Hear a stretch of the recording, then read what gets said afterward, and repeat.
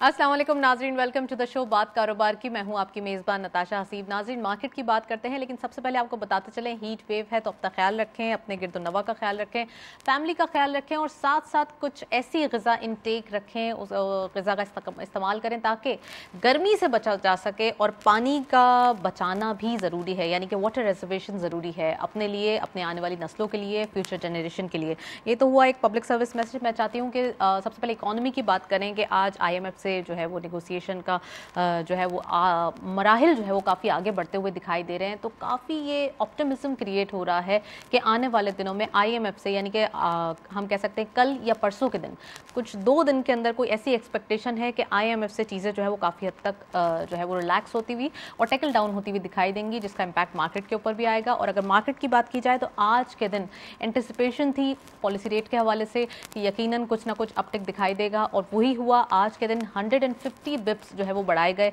जिसका impact directly market के अंदर आया है। स्टॉक मार्केट के नंबर्स काफ़ी हद तक आज हम कह सकते हैं कि डीमोरलाइज या रिलक्टेंट होते हुए दिखाई दिए। इन्वेस्टर्स काफ़ी कॉशियस थे और दिस इज़ द रीज़न कि आज ही के दिन मार्केट की परफॉर्मेंस काफ़ी डाउन साइड पे देखी गई। 42,000 का लेवल तो मार्केट में इंटैक्ट है, लेकिन मार्केट के अंदर जो गिरावट है वो काफ़ी हद तक 500 to 600 हम कह सकते हैं पॉइंट्स डिक्लाइनिंग नोट देखा गया है आज के दिन की जानिब से। और साथ साथ इन्वेस्टर्स की बात करें तो वो काफ़ी कॉशियस दिखाई देते हैं। स्टेट बैंक ऑफ पाकिस्तान की जो ट्वीट है वो भी आपको दिखाते चले। यहाँ पे 150 बिप्स जो है वो इन्होंने रेस किए हैं। तकरीबन 13.75 इंटरेस्ट रेट हो चुका है, हायर साइड पे है इंटरेस्ट रेट। इन्फ्लेशन को भी कंट्रोल करना है, ऑनगोइंग सिनेरियो को भी कंट्रोल करना है, डॉलर भी अपसाइड जा रहा है। तो इकोनॉमी को कंट्रोल करने के लिए ये डिसीजन हम कह सकते हैं कड़वा घूंट हमें पीना पड़ा है, और आने वाले दिनों में इसके यकीनन कोई मुस्बत नताइज ही सामने आएंगे, जिसके बाद वापस ये रिलैक्स होते हुए पॉलिसी रेट दिखाई दे सकता है। तो ये तो हुई आज के हवाले से economic point of view. First segment की तरफ चलते हैं।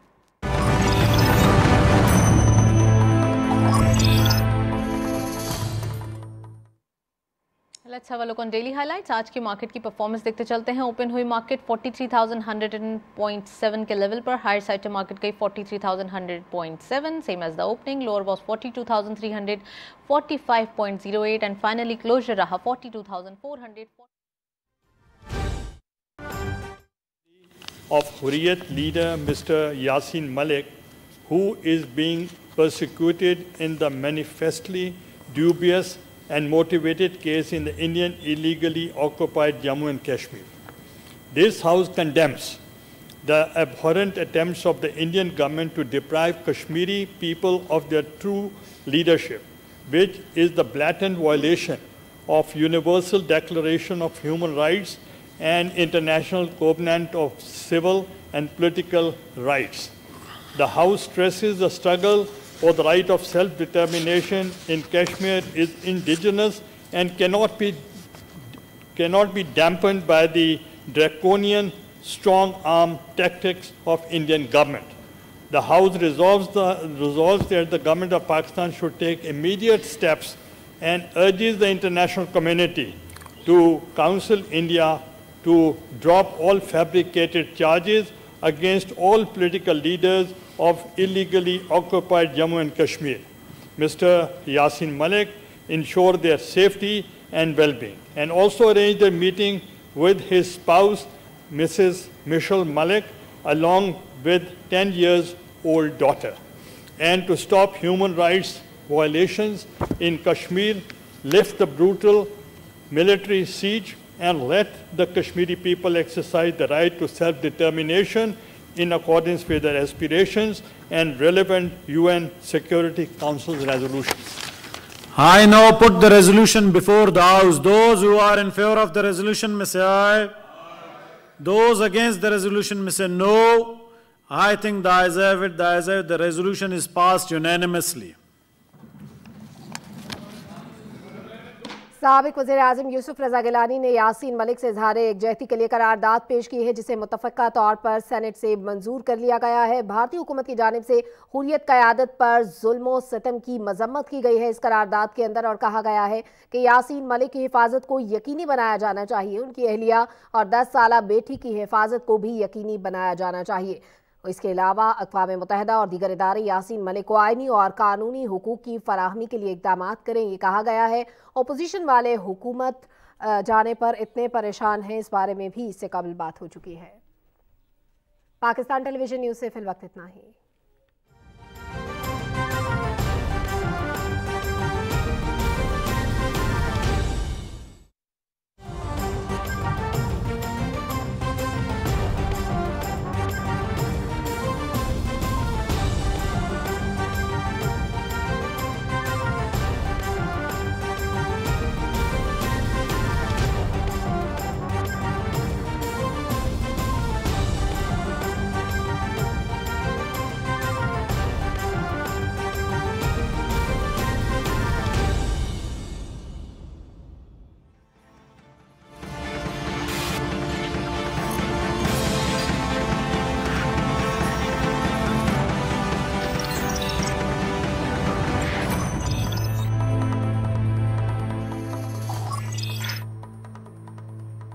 वेलकम बैक नाजरीन। ब्रेक से पहले टॉपिक जो है वो हमने अनाउंस किए थे। अभी हमारे पास एक्सक्लूसिव पैनल मौजूद है, उनको खुशामदीद कहते हैं। हमारे साथ मौजूद हैं अफीफ राशिद साहब, आप इंडस्ट्रियलिस्ट भी हैं, CEO हैं अफीफ ज़ारा पैकेजेस लिमिटेड के। अस्सलाम वालेकुम, वेलकम टू द शो। और हमारे साथ मौजूद हैं मोहम्मद अकमल साहब, आप इकोनॉमिस्ट भी हैं, एनालिस्ट भी हैं। अस्सलाम वालेकुम, वेलकम टू द शो। चलें जी, प्रोग्राम का बाकायदा आगाज़ करते हैं। अकमल साहब, आप क्या कमेंट करेंगे आज के दिन के टॉपिक्स पे, खासकर अगर बात की जाए तो फॉरेक्स एक्सचेंज रिजर्व्स कहाँ खड़े हैं। अनदर थिंग इज़ दैट कि थोड़ा सा आज के दिन पॉलिसी रेट भी 150 बिप्स जो है वो इंक्रीज़ किए गए हैं। कितना ज़रूरी था ये डिसीजन, आने वाले दिनों में क्या इम्पैक्ट आएगा? बहुत बहुत शुक्रिया नताशा। अच्छा, गुफ्तगू आगाज़ करने से पहले मैं ये आज 72वां चार्टर्ड मैनेजमेंट अकाउंटेंट डे मनाया जा रहा है और चार्टर्ड मैनेजमेंट अकाउंटेंट्स का बड़ा रोल है कैपिटल मार्केट में, इंडस्ट्री में, तो मैं उनको अपनी तरफ से बड़ी मुबारकबाद पेश करूँगा।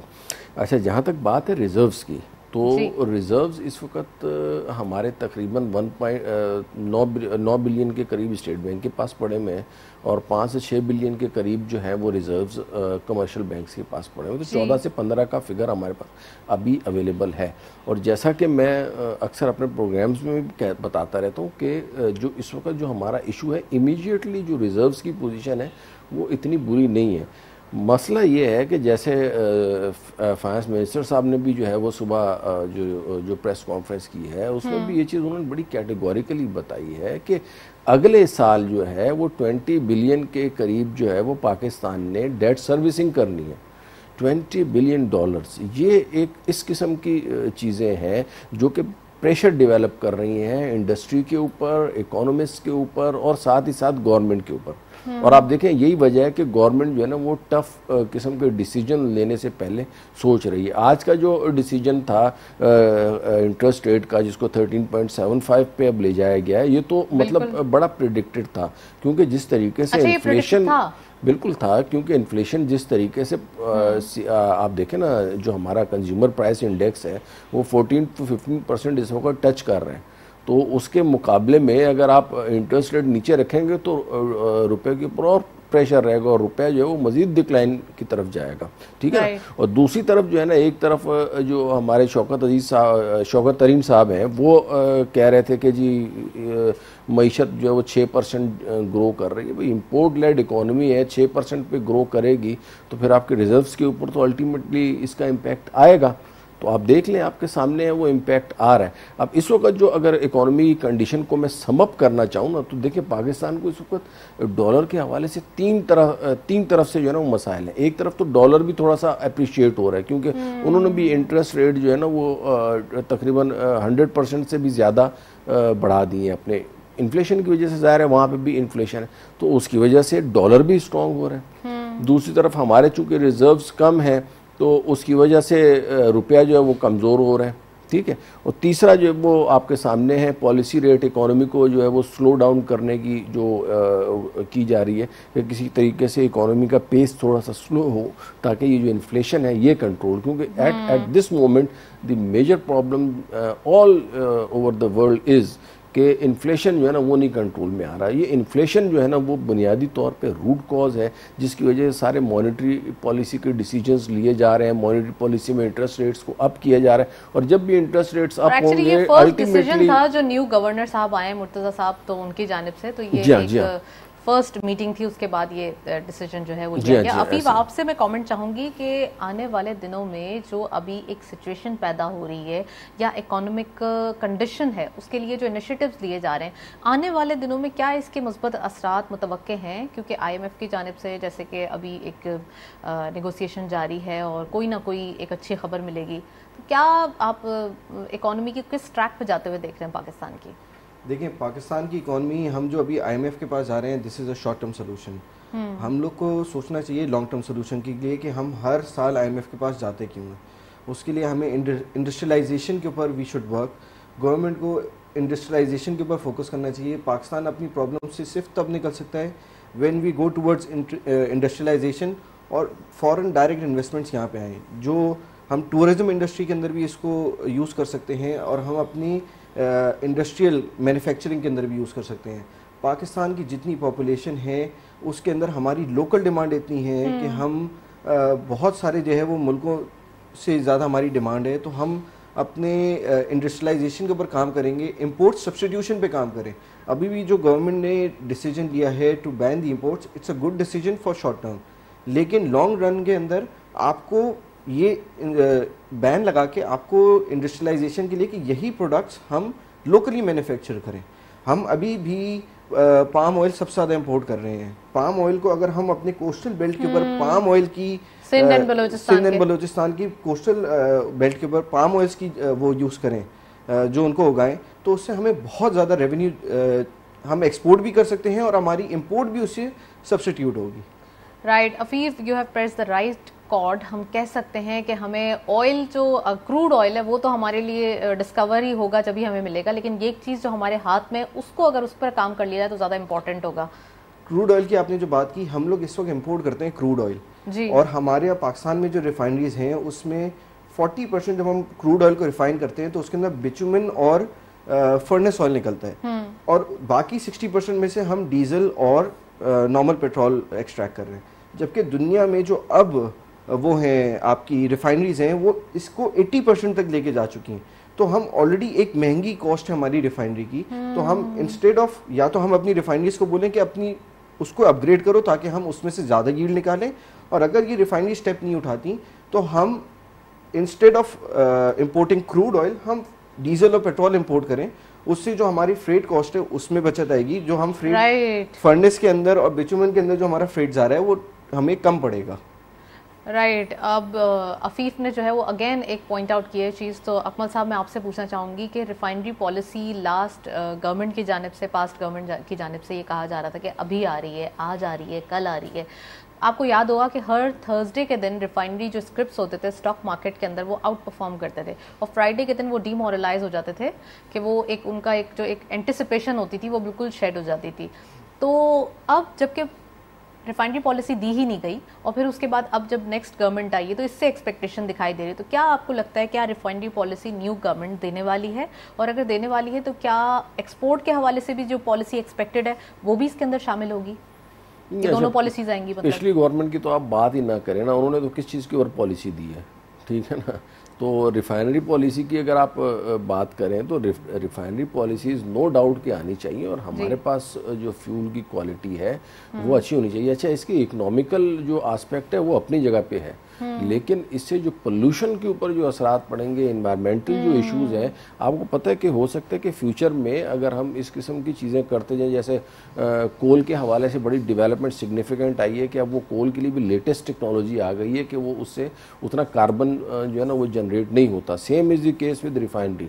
तो अगर हम लोग ये चीज़ों की एडवांसमेंट की तरफ नहीं जाएंगे तो उसकी वजह से इकोनॉमिकल लॉस तो अपनी जगह पे है ही है, लेकिन उसके साथ साथ जो इन्वायरमेंटल लॉस हो रहा है, या आपने हीट वेव का प्रोग्राम के आगाज़ में जिक्र किया, ये सब चीज़ें, गर्मी से ग्लेशियर पिघल रहे हैं, कहीं पानी की कमी है, कहीं सैलाब आए हुए, तो ये सारी चीज़ें, ये डिसबैलेंसेस इस वजह से हैं कि हम लोग जो है वो ये सारी चीज़ें करते जा रहे हैं। पाकिस्तान उन ममालिक में से है जहाँ पे क्लाइमेट कंट्रोल के ऊपर बहुत ज़्यादा वर्किंग नहीं की गई और उसके ऊपर बहुत ज़्यादा वर्किंग की ज़रूरत है, ठीक है ना। तो ये चीज़ इकोनॉमिकली के साथ साथ हमें, हमारे लिए ज़रूरत, अदरवाइज हमें जो है ना इंटरनेशनली भी पाबंदियों का सामना करना पड़ सकता है रिलेटिंग टू इन्वायरमेंट, ठीक है, तो we should work on it aggressively कि रिफाइनरीज की पॉलिसी एक जल्द से जल्द जो है वो इम्प्लीमेंट की जाए, ताकि ना सिर्फ ये है कि एक कम पोल्यूशन वाला जो है वो फ्यूल मैसर आ सके, बल्कि ये है कि इससे इकोनॉमिक ग्रोथ और उसमें जो आप कहते हैं कि जो प्राइसिंग है या उसकी जो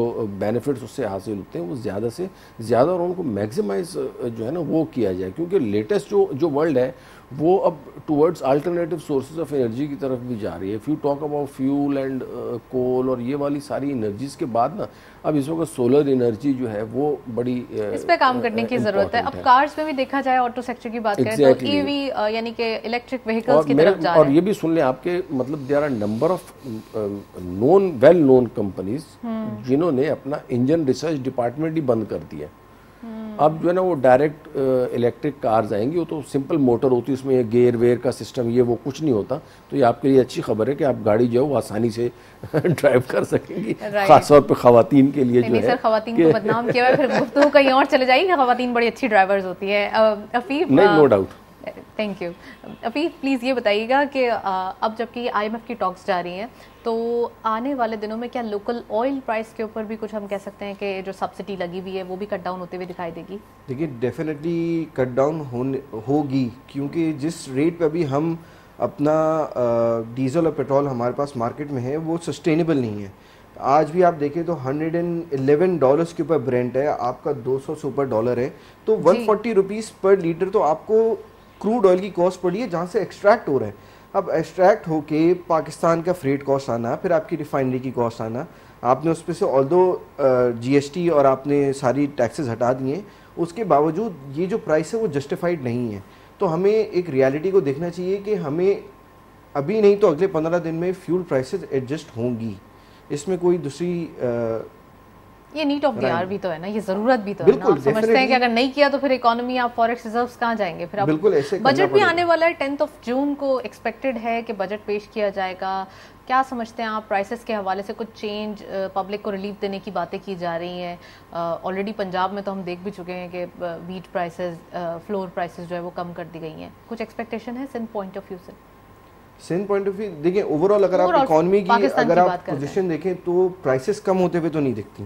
वो इसलिए कि वर्ल्ड वाइड आप देखेंगे तो इन्फ्लेशन इस वक्त अपने पीक के ऊपर है, चाहे हम यूरोपियन कंट्रीज को ले लें या नॉर्थ अमेरिकन कंट्रीज को ले लें।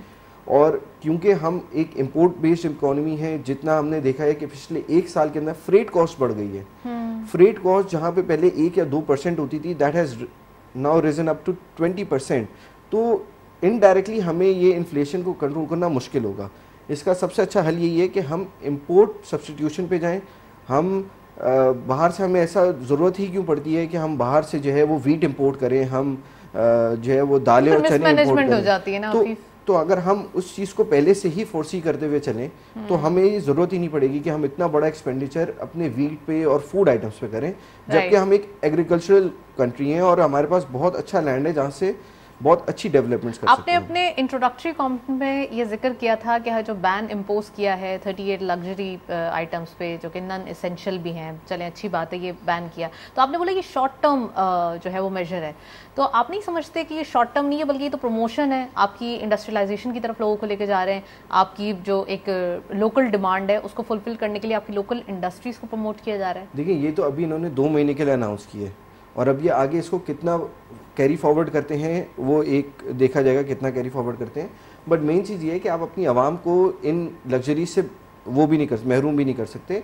अगर किसी के पास पैसे हैं तो वो ऑब्वियसली चाहेगा कि मैं लग्जरी गाड़ी भी लूँ, मैं अपने पसंद की चीज़ें भी लूँ, तो you can not restrict them कि नहीं आप ये लेंगे ही नहीं।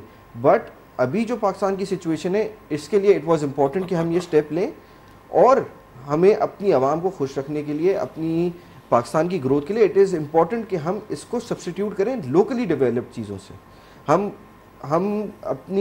हमारी गवर्नमेंट को चाहिए कि जो बाहर की बड़ी बड़ी कंपनीज है जिनसे हम चीज़ें इंपोर्ट कर रहे हैं, उनको इंसेंटिवाइज करें कि आप यहाँ पे आके इन्वेस्टमेंट करें, उनको इंसेंटिवाइज करें, आप यहाँ पे आप उनको फ्री लैंड दें for construction of their factories. आज भी पाकिस्तान में लेबर रेट बहुत कम है, आपको बहुत अच्छे रेट्स पे लेबर मिलती है, तो उनको फ़ायदा होगा कि पाकिस्तान में वो प्लांट लगाएं। लेकिन पाकिस्तान में वो प्लांट तब लगाएंगे जब आपकी स्टेबिलिटी होगी, इकोनॉमिक स्टेबिलिटी, जब आपका डॉलर जो है वो स्टेबल होगा, आपकी स्टॉक मार्केट स्टेबल होगी।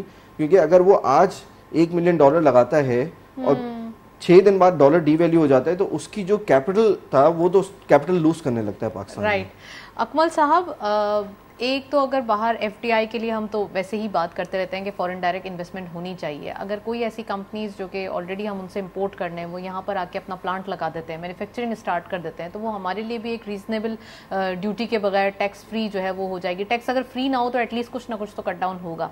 इसके साथ साथ आप समझते हैं कि ये environment economic point of view से, खासकर पोलिटिकल अनसर्टेनिटी को थोड़ा साइड लाइन करते हुए, क्या हमारे पास इतनी ज़्यादा वसाइल हैं कि हम उनको फैसिलिटेट कर सकें?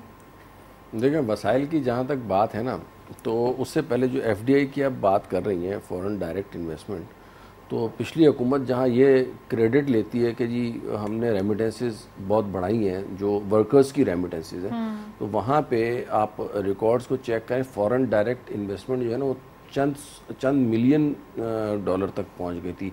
100 मिलियन मतलब 300 मिलियन, ये इस तरह की मंथली जो है ना वो फॉरेन डायरेक्ट इन्वेस्टमेंट आ रही थी। ये पिछले मतलब आप 2-3 साल का अगर आप डेटा, वही इकोनॉमिक अनस्टेबिलिटी पॉलिसी नहीं है, ठीक है ना।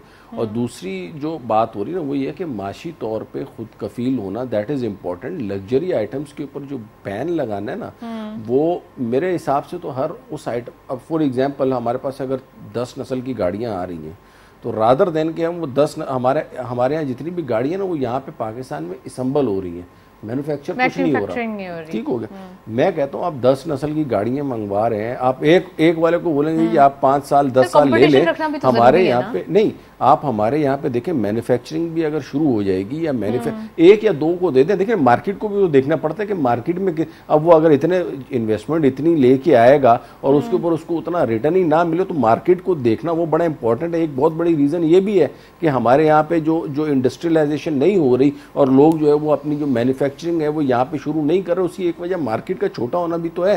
क्योंकि एक तरफ आप देखो इंडिया की बड़ी इकोनॉमी, वहाँ पे बड़ी बड़ी कंपनीज जो है ना वो आके लगा रही हैं प्लांट्स वगैरह, ठीक है ना, तो यहाँ पे भी लग सकते हैं। लेकिन हमारी जो है ना वो चूंकि इकोनॉमी का साइज या मार्केट का साइज कम है, तो हमें उस मार्केट के साइज को फोर्सी करते हुए प्रॉपर रिसर्च करते हुए देखना चाहिए कि ये मार्केट की कितनी डिमांड है। यहाँ पे अगर हम किसी चीज़ की असम्बलिंग शुरू करते हैं या उसकी मैन्युफैक्चरिंग शुरू करते हैं, तो उसकी क्या सेल होगी, उसको रिटर्न कितने अरसे में मिलेगा। अच्छा, तो एक और रिसर्च के बाद जब पॉलिसी बनाई जाएगी ना, तो वो इंशाल्लाह वर्क भी करेगी, जो अभी तक लैकिंग है हमारे यहाँ पे। राइट, और पॉलिसी मेकर्स भी जो है उसमें अगर स्टेक होल्डर्स और बिजनेस कम्युनिटी शामिल हो, जाहिर है डेफिनेटली पॉलिसी जो बनती है स्टेक होल्डर्स के बगैर तो नहीं बनती ना। राइट। अच्छा, ये जो बैन इम्पोज किया है लग्जरी आइटम्स पे, क्या समझते हैं आप ये कितना इंपॉर्टेंट है और इससे क्या आने वाले दिनों में जो है वो एक पॉजिटिव इम्पैक्ट आएगा? दूसरा ये कि जो अफीफ ने पॉइंट आउट किया है कि ये जो अभी शॉर्ट टर्म मेजर है, तो आप समझते हैं कि लोकल इंडस्ट्री अगर प्रमोट हो जाती है एक दफ़ा और लोग थोड़ा सा राज़ी हो जाते हैं, क्योंकि इन्फ्लेशन बहुत ज़्यादा है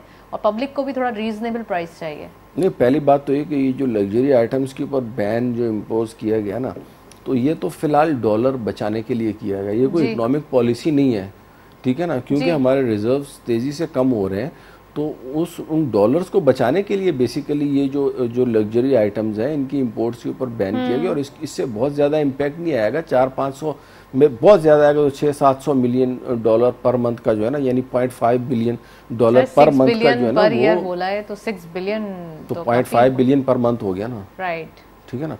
तो 0.5 बिलियन पर मंथ का मतलब यही है। तो अब उससे ये इतना नहीं है ना, हमारा टोटल इस वक्त करंट अकाउंट डेफिसिट की अगर मैं बात करूं तो 16 से 17 बिलियन का सिर्फ करंट अकाउंट डेफिसिट है, मैं इंपोर्ट्स की बात नहीं कर रहा।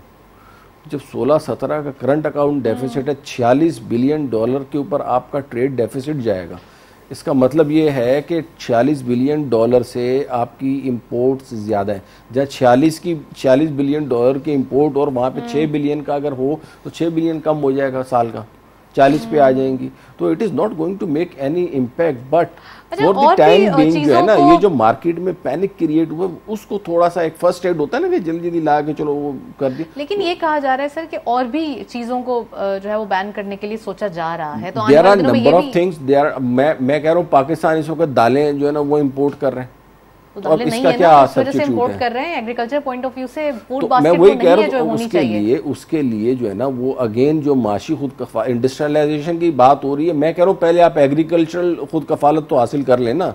एग्रीकल्चरल हमारी इस मरतबा जो वीट है, आपको अंदाज इस मरतबा वीट अभी से जो है ना वो 900 रुपये पे पहुंच गई है। तो वीट जो है वो अलग शॉर्ट हो रही है, क्योंकि असल में जब भी आप बात करें ना पाकिस्तान को, इस पाकिस्तान के सिनेरियो में मत देखें। पाकिस्तान के साथ चाहे वो डॉलर का हो, चाहे वो गंदम का मसला हो, चीनी, पाकिस्तान साथ में अफगानिस्तान को भी तो पाल रहे हैं। अफगानिस्तान में गंदम कहाँ से आ रही है, अफगानिस्तान में चीनी कहाँ से आ रही है, अफगानिस्तान में डॉलर कहाँ से आ रहा है। एक चीज की तो बात बताएं कि अफगानिस्तान का रुपी 90 रुपीस का है, उसका डॉलर का और उसका गैप जो है हम कह सकते हैं कि 90 रुपीस जो है वो अफगानिस्तान के हैं इज इक्वल टू $1। पाकिस्तान में इतना ज्यादा डिवैल्यूएशन क्यों हो गया? देखिए डिवैल्यूएशन जो है ना वो होना या इस तरह करेंसी का कंपैरिजन करना ना, वो उस वक्त है कि एक टर्म हम यूज़ करते हैं इकोनॉमी में, परचेजिंग पावर पैरिटी, ठीक है ना। तो उसको परचेजिंग पावर पैरिटी में देखना पड़ेगा, अगर वो कितने डॉलर का है या किस तरीके से है। वहाँ पे अगर जो है वो एक कोई प्रोडक्ट है वो $2 की आती है, वही प्रोडक्ट यहाँ पे अगर आधे $1 की आती है तो फिर तो हम फायदे में है ना। तो इसको प्रोडक्ट के हिसाब से एक अलग सब्जेक्ट है, इस पे अलग डिबेट होगी। अकमल साहब, आपने और चीज़ों का जिक्र किया, तो फिर ये जो एक टफ एक रिजिड इन्वायरमेंट देखी जा रही है, इस रिजिड इन्वायरमेंट में गवर्नमेंट की जानिब से जो इनिशिएटिव्स लिए जा रहे हैं, आप समझते हैं काफ़ी हैं? देखिए इस वक्त बोल्ड डिसीजंस लेने की ज़रूरत है। अभी भी IMF से डील मेरा नहीं ख्याल है कि फाइनल हुई है, ठीक है ना, क्योंकि वो उनकी सबसे पहली डिमांड ये है कि पेट्रोल के पर 150 रुपये आप बढ़ाएं, कम से कम 150 रुपीज़। तो उसके बाद आप अंदाज़ा लगाएं कि 300 रुपये जो है वो लीटर पेट्रोल हो जाएगा। तो जब 300 रुपये लीटर पेट्रोल होगा तो उसके बाद हर एक चीज़ की प्राइसेस के ऊपर किस किस्म की महंगाई आएगी वो आप सोच सकते हैं। This is a bold step, ये लेना पड़ेगा अल्टीमेटली किसी को, या इसका कोई अल्टरनेटिव निकालना पड़ेगा, ठीक है ना। या तो आप अपनी पैदावार बढ़ाएं या आप कंजम्पशन थोड़ी सी कम करें ताकि इसमें वो आए। लेकिन अल्टीमेटली अब बोल्ड डिसीजन लेने के लिए एक पॉलिटिकली स्टेबल गवर्नमेंट जो है ना वो बड़ी ज़रूरी होती है। अनफॉर्चुनेटली इस वक्त जो है वो हमारे यहाँ पे कल का भी पता नहीं है कि गवर्नमेंट की क्या पोजीशन हो सकती है, परसों का भी पता नहीं है। तो किसी तरीके से पॉलिटिकली जो है ना वो एक स्टेबल गवर्नमेंट जैसी आएगी, या अगर यही जो है ना हमें सर्टेन हो जाता है कि जो एग्जिस्टिंग गवर्नमेंट है इसको इसकी जो आईनी मुद्दत है वो पूरी करने दी जाएगी और दी जानी चाहिए, और ये तो इनका डिसीजन है भी ना। हाँ वही मैं कह रहा हूँ ना कि इनको दी जानी चाहिए जो 1.5 साल का इनका टर्म्स है। तो आप देखिएगा चीज़ें जो है ना वो बड़ी जल्दी, ऐसी चीज़ें जिनमें अननेसेसरी हाइप क्रिएट हुई है ना वो तो इमीडिएटली नीचे आ जाएंगी। जैसे डॉलर है, डॉलर में बहरहाल एक पॉलिटिकल अनसर्टेनिटी की वजह से भी काफ़ी सारी जो है ना वो उसमें ओवर वैल्यू हुआ है। Right, point taken.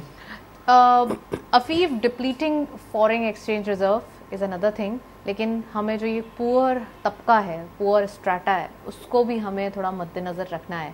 गवर्नमेंट की जानिब से सबसे पहला ये एक स्लोगन था कि पब्लिक को रिलीफ दिया जाएगा, खासकर वो जो डिज़र्व करते हैं। तो कैसे डिसीजन मेकिंग होगी जिसपे जो वो तबका है वो भी फ़ायदे में रहे और हमारे जो हालात हैं वो भी सुधर जाएँ? देखिए जो भी ये होगा ये शॉर्ट टर्म होगा। अगेन हम इस चीज़ को बहुत इग्नोर कर देते हैं कि जो हम मेजर्स ले रहे हैं या जो हम पॉलिसीज़ बना रहे हैं, इज़ इट शॉर्ट टर्म और इज़ इट लॉन्ग टर्म। हमें फोकस करना चाहिए लॉन्ग टर्म के ऊपर। अभी मुझे नहीं दिखता कि किसी भी तरह हम किसी भी चीज़ की प्राइस को कैसे कंट्रोल करेंगे। जैसे अभी अकमल साहब ने बोला कि पेट्रोल की प्राइस बढ़नी ही बढ़नी है, जैसे ही पेट्रोल की प्राइस बढ़ेगी आपकी इन्फ्लेशन फिर बढ़ेगी। तो हम कैसे एक्सपेक्ट करते हैं कि गवर्नमेंट जो है वो गरीब आवाम को कोई रिलीफ दे सकेगी? तो क्या आप समझते हैं फूड आइटम्स के ऊपर कोई ऐसा डिसीजन लिया जाएगा कि वो गवर्नमेंट कोई स्पेशल सब्सिडी निकाले उसके ऊपर वो करे, तो वो गवर्नमेंट की इंटरनल पॉलिसी का हिस्सा होगा। लेकिन as a businessman I do not see any prices going down.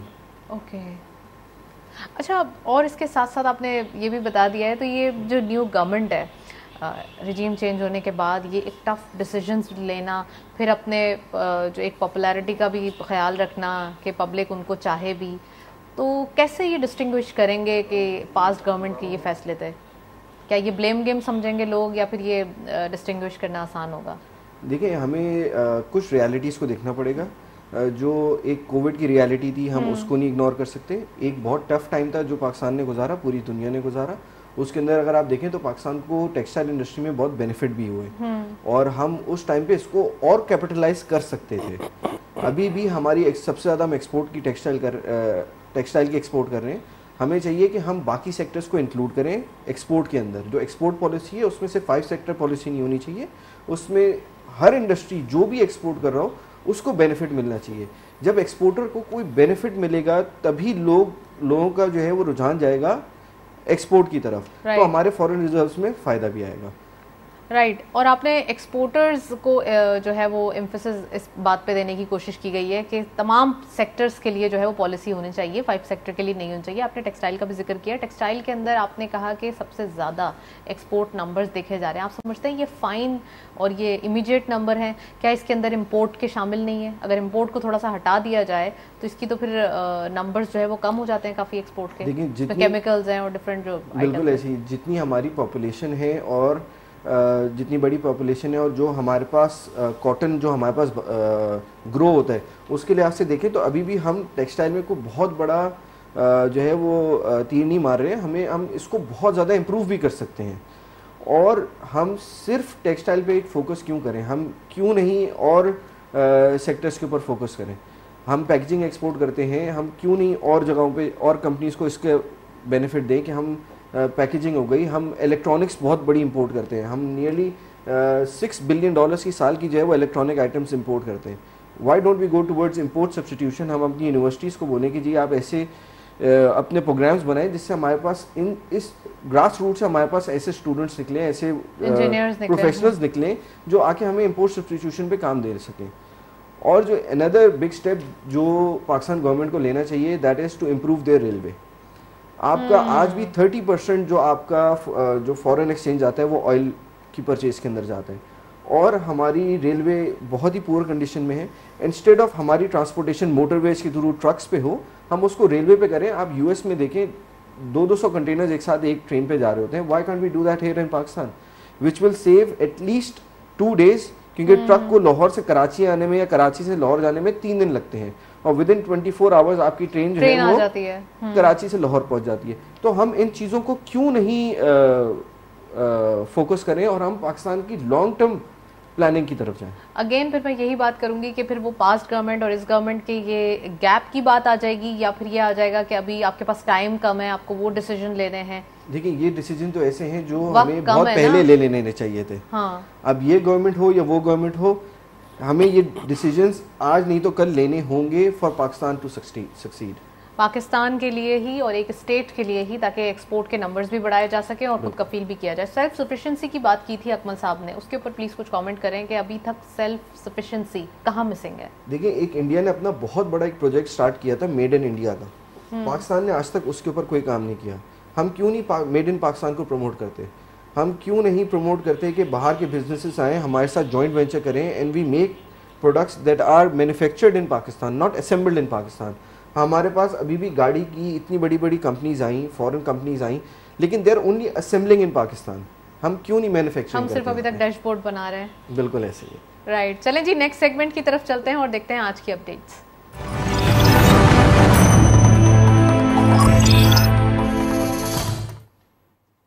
Commodities और फॉरेक्स के लेटेस्ट अपडेट आज की मार्केट में देखते चलते हैं। गोल्ड की पर तोला प्राइस 1,35,500 रुपीज़, गोल्ड पर 10 ग्राम 1,16,170 रुपीज़, इंटरनेशनल गोल्ड रेट पर 1860.9, ऑयल WTI पर barrel 111.5 and oil Brent crude पर बैरल 113.9।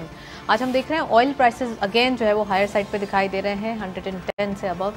करेंसी में सबसे पहले यूरो बाइंग रही 205.5, selling was 207 rupees. UK pound buying रही 247 rupees, selling was 249.5। US dollar buying रही 200.75, selling was 202.25 and Chinese yuan buying रही 23.55, selling was 23.95। Saudi riyal buying रही 52.5, selling was 53.5। UAE dirham buying at 55 rupees, selling was 56 rupees. Kuwaiti dinar buying रही 481.85, selling was 484.35 and lastly Omani riyal buying रही 392.95, selling was 394.98। ये था policy commodities का update. हमारे साथ अकमल साहब मौजूद हैं, अफीफ मौजूद हैं, उनसे मजीद बात करेंगे। अकमल साहब, आज आपने कमोडिटी के जो अपडेट्स देखे हैं 200 पे डॉलर जो है वो आराम से ट्रेड कर रहा है, क्या IMF के ट्रांच आने के बाद कोई एक्सपेक्टेशन है कि हम दोबारा अंडर 200 आ जाएं, क्योंकि अब जो है वो काफ़ी हायर साइड पे चला गया है और रुपये की डीवैल्यूएशन अगेन इन्फ्लेशन जो है वो पुश करते हुए दिखाई देगी? नहीं, 201 पे चला गया, इनफैक्ट 200 पे नहीं, 202 एग्जैक्टली इंटरवैल, अगर 200 से अबव हम बोलें। हाँ, तो देखिए IMF से तो हमें $1 बिलियन मिलना है अगर हम उनकी शराइत को पूरा कर देते हैं, लेकिन उनसे रिलेटेड जो हमारे पास फिर जो लोगों ने वादे किए हैं ममालिक ने, जिनमें सऊदी अरेबिया है, UAE है, चाइना है, एशियन डेवलपमेंट बैंक है, तो उनसे फिर हमें जो है ना वो तकरीबन कोई लगभग अप्रॉक्सीमेटली $10 बिलियन के करीब जो है वो आने की उम्मीद है। तो उनसे इमीडिएटली तो हमारे जो रिजर्व्स की पोजीशन है और डॉलर टू रुपी जो डिफरेंस है वो नीचे आएगा, डेफिनेटली नीचे आएगा वंस IMF को हेड। लेकिन उसके साथ उससे रिलेटेड फिर जो इश्यूज डेवलप होंगे उनको आपने किस तरीके से काउंटर करना है, दैट मैटर्स। अगेन इस चीज़ों को मैटर्स करने के लिए एक लॉन्ग टर्म जो है ना वो इकोनॉमिक पॉलिसी जो है ना वो होनी चाहिए।